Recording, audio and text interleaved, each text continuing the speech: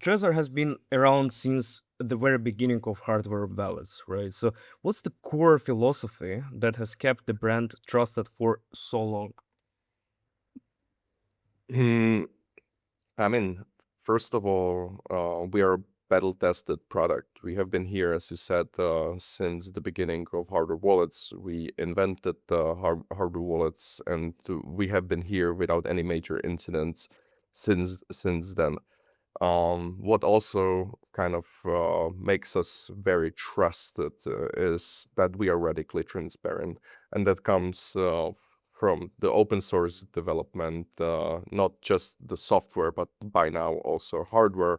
But not only that, we also are very clear in our communication. So if something is, let's say, um, in the scenario that, for example, our customers' emails get leaked, we won't be the ones that will be trying to hush it to try to tame the consequences of this happening. We'll go forward. We will tell it to the community because they need to know that something like this happened and that some of the security can be compromised. So we won't hush it. We will go forward. We will bear the consequences, but we will at least sleep calmly knowing that we are protecting the users. And as well as we are still sticking to our mission. And our mission is to empower individuals to hold their crypto on their own and be able to empower themselves financially by doing so. And that has not changed since the inception of this company and of this product. This product was developed for Bitcoin, and we still continue developing it for Bitcoin, even though we support, of course, other cryptocurrencies and other products that are not directly tied to this mission.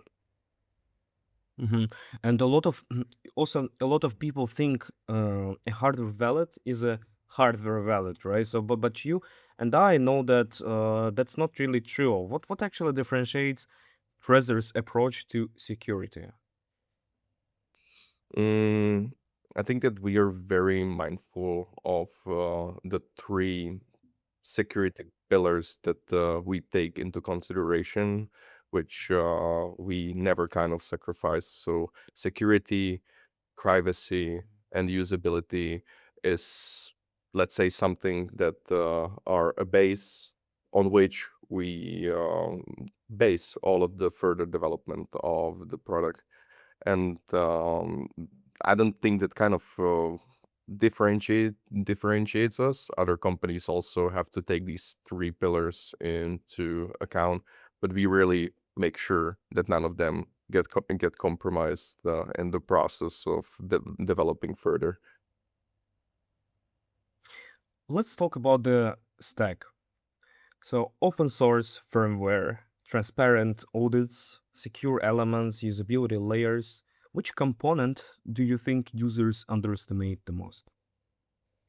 Mm, I would definitely say usability layer because all of the other they're kind of a standard by now for all of the hardware wallet products on the market.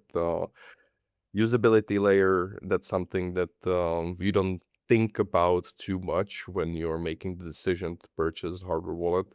But if you're not too experienced, it's actually one of the most important or one of the most, in my opinion, one of the most important aspects when choosing a hardware wallet. Because if you're not that experienced and the product is not user friendly enough, you have a bigger chance that you make a mistake. And as you very well know, the hardware wallets are natively secure.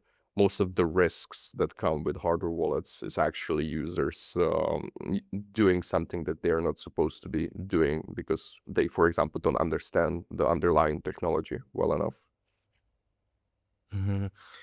For someone who uses an exchange or an application as their primary wallet, what's the clearest argument for switching to hardware? Mm, well, there I would say there's like three of them, but I'll take it one by one.